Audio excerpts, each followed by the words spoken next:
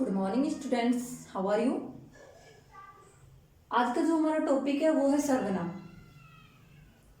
जिस पर हम बात करने वाले हैं कि सर्वनाम होता क्या है सर्वनाम। हमारे हर क्लास में आता है सर्वनाम सर्वनाम सर्वनाम। तो सर्वनाम होता क्या है? तो इसका जो अर्थ होता है सर्व प्लस नाम। सर्व यानी सभी का और नाम यानी जो चीज का नाम है, जैसे संज्ञा। तो इसकी जो परिभाषा बनेगी वो क्या बनेगी? संज्ञा के स्थान पर प्रयुक्त होने वाले शब्दों को सर्वनाम कहते हैं। संज्ञा जो हमने पढ़ी थी उस पर हमने क्या किया था, किसी का भी नाम, जैसे राम, मोहन, श्याम या कोई भी वस्तु थी उसका नाम था। तो अब हम क्या करेंगे कि वो संज्ञा थी उसकी जगह हमें ऐसे शब्द रखने हैं ताकि हमारा वाक्य शुद्ध हो। जैसे चैप्टर आता है, हमारा जो पाठ आता है हिंदी में, तो उस चैप्टर में क्या होता है, जैसे राम पर कोई चैप्टर है तो राम अच्छा लड़का है, राम स्कूल जाता है, राम खाना खाता है, राम बाहर घूमने जाता है। अगर कंटिन्यू राम राम हर वाक्य में आएगा तो अच्छा नहीं लगेगा। अगर हम उसको ऐसे बोलेंगे कि राम अच्छा लड़का है, वह पढ़ता है, वह स्कूल जाता है, वह खाना खाता है, तो थोड़ा अच्छा लगेगा। तो राम की जगह जो जिन शब्दों का हम प्रयोग करेंगे, यानी कि राम को हटाकर हम जिन चीजों का प्रयोग करेंगे उस वाक्य को, उस चैप्टर को अच्छा बनाने के लिए, तो वो ही सर्वनाम है। यानी कि किसी संज्ञा के स्थान पर जो हम शब्द रख रहे हैं, प्रयुक्त कर रहे हैं, वही क्या है, सर्वनाम। समझ गए? यानी कि बार बार हम एक ही चीज का नाम बार बार लेंगे तो अच्छा नहीं लगेगा। जैसे सीता जा रही है, सीता आम खा रही है, सीता दौड़ रही है, सीता कूद रही है, तो वो अच्छा नहीं लगेगा। लेकिन हम पहले वाक्य में अगर संज्ञा का नाम रखते हैं कि सीता एक अच्छी लड़की है, और उसके बाद में हम उसकी जगह वह रखते हैं कि जैसे वह कूद रही है, वह खेल रही है, तो थोड़ा अच्छा लगेगा। तो समझ में आया कि जो संज्ञा है यानी कि किसी का नाम है, उसकी जगह पे हम कोई वर्ड रख रहे हैं, यानी कि कोई शब्द रख रहे हैं, तो वही क्या है, सर्वनाम। ठीक है, सर्व यानी सभी का नाम, यानी संज्ञा के स्थान पर जो नाम रखा गया वही सर्वनाम है। सर्वनाम 11 होते हैं, उनमें जैसे वह, यह, उन्हें, उनका, उनकी, जैसे, तैसे, कौन, कहाँ, कब, कैसे, ये सारी चीजें सर्वनाम में ही आती हैं। जिनसे हम पर्सन पूछते हैं, जिनसे हम अपने बारे में बताते हैं, जिनसे हम दूसरों के बारे में बताते हैं, तो वो सारी चीजें हमारी सर्वनाम में ही आती हैं। अब हम पढ़ेंगे सर्वनाम के प्रकार। तो सर्वनाम 6 प्रकार के होते हैं, यानी कि सर्वनाम के जो भाग होते हैं वो 6 होते हैं।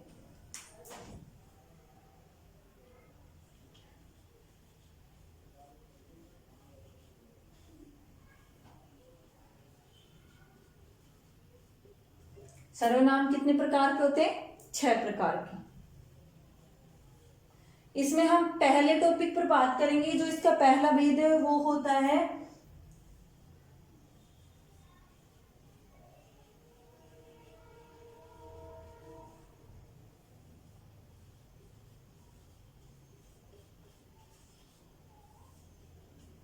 पुरुषवाचक सर्वनाम। जो इसका सबसे पहला टॉपिक होता है वो होता है पुरुषवाचक सर्वनाम। पुरुष यानी व्यक्ति, जो व्यक्ति होते हैं, जो व्यक्तिवाचक संज्ञा होती है, वो सारी किसमें आएगी, पुरुषवाचक सर्वनाम में। ठीक है, तो जो व्यक्तियों का समूह होता है या व्यक्तियों से रिलेटेड होता है वो पुरुषवाचक सर्वनाम में आती है। तो ये 3 प्रकार का होता है। पुरुषवाचक सर्वनाम कितने प्रकार का होता है? 3 प्रकार का।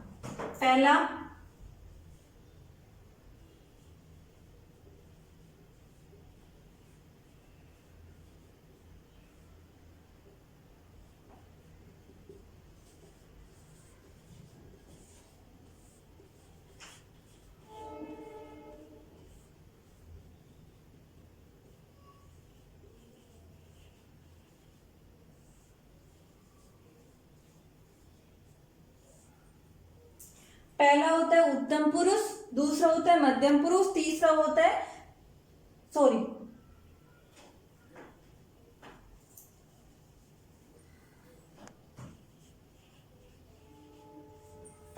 पहला होता है उत्तम पुरुष, दूसरा होता है मध्यम पुरुष और तीसरा होता है अन्य पुरुष। अब हम तीनों के बारे में पढ़ेंगे कि उत्तम पुरुष क्या होता है, मध्यम पुरुष क्या होता है और अन्य पुरुष क्या होता है। तो उत्तम पुरुष सबसे पहले आता है हमारा उत्तम पुरुष, ये इसी के ही पार्ट है। सर्वनाम का जो पहला टॉपिक है जो हमारा पुरुषवाचक सर्वनाम, उसी के ही तीनों टॉपिक है अलग अलग। तो सबसे पहला आता है हमारा उत्तम पुरुष। उत्तम पुरुष क्या होता है? बात को कहने वाला, यानी कि वक्ता। अब जैसे मैं बोल रही हूं, मैं आपसे बात कर रही हूं, तो जो मैं बात बोल रही हूं तो मैं क्या हो गई? उत्तम पुरुष, यानी बात को कहने वाला।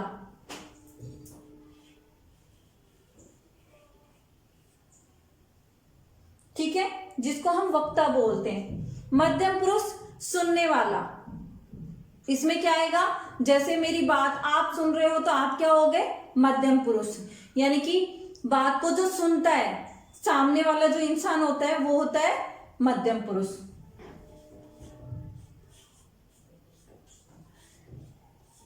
जिसको हम श्रोता बोलते हैं, सुनने वाले को क्या बोलते हैं? श्रोता।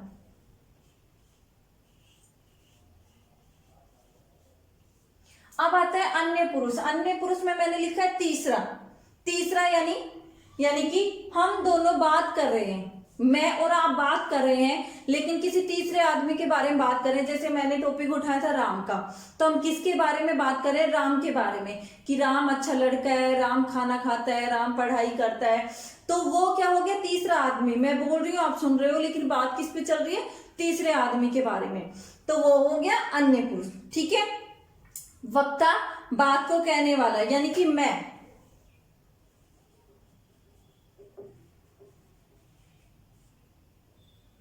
ठीक है, मैं स्वयं। श्रोता, तुम, आप। ठीक है, तीसरा उनका,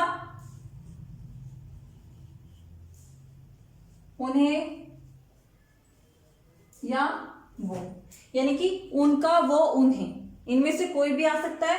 तुम और आप किस में आएगा? मध्यम में। उनका, उन्हें, वो किस में आएगा? अन्य में। ये था हमारा पुरुषवाचक सर्वनाम। ठीक है, इसमें ये तीनों टॉपिक थे, समझ में आए? पहला उत्तम पुरुष, दूसरा मध्यम पुरुष, तीसरा अन्य पुरुष। उत्तम पुरुष में वक्ता यानी कि बोलने वाला, मध्यम पुरुष सुनने वाला, और अन्य पुरुष तीसरा जिसके बारे में हम बात कर रहे हैं। अब हमारे पास में टॉपिक आता है दूसरा। ठीक है, दूसरा टॉपिक क्या है?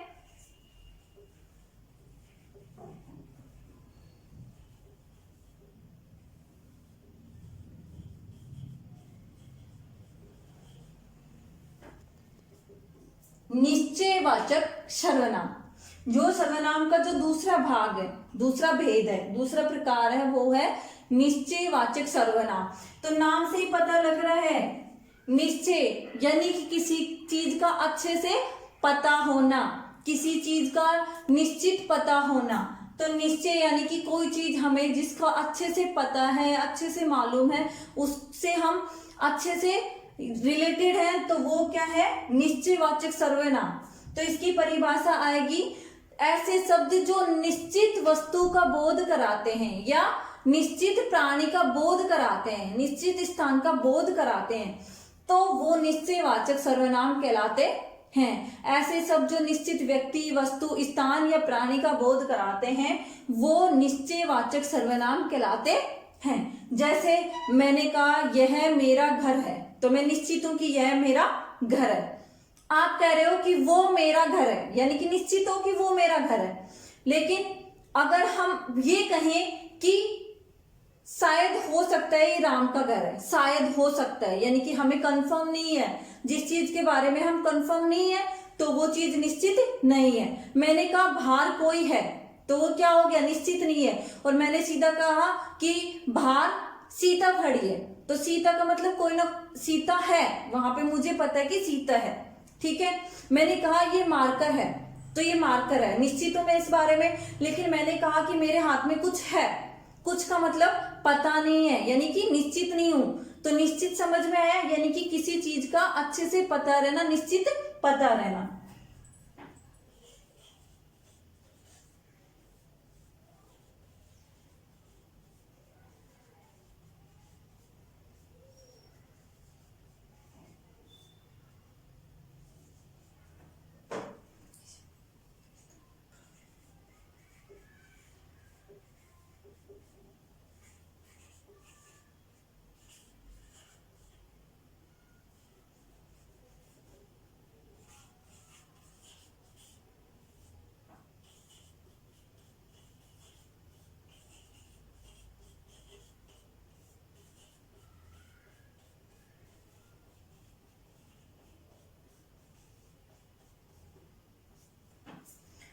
किसी व्यक्ति, वस्तु, स्थान या प्राणी की निश्चित बोध कराने वाले शब्दों को हम निश्चित वाचक सर्वनाम कहते हैं। ठीक है, यानी कि मैंने अभी आपको समझाया था कि बाहर कोई है तो वो हो गया अनिश्चित, लेकिन मैंने कहा बाहर सीता खड़ी है तो वो हो गया निश्चित। मैंने कहा मेरे हाथ में कुछ है तो वो हो गया अनिश्चित, लेकिन मैंने कहा मेरे हाथ में पेन है तो ये हो गया निश्चित। तो ये थे हमारे सर्वनाम। सर्वनाम समझ में आया?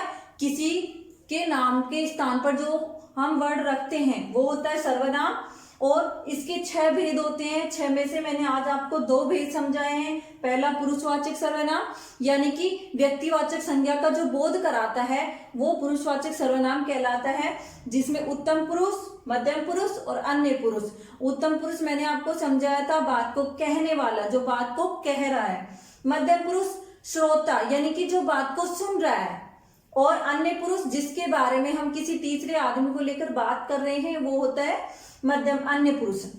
दूसरा टॉपिक मैंने इसका जो भेद था वो बताया था निश्चय वाचक सर्वनाम, यानी कि निश्चित चीजों का बोध कराने वाले शब्दों को हम निश्चित वाचक सर्वनाम कहते हैं।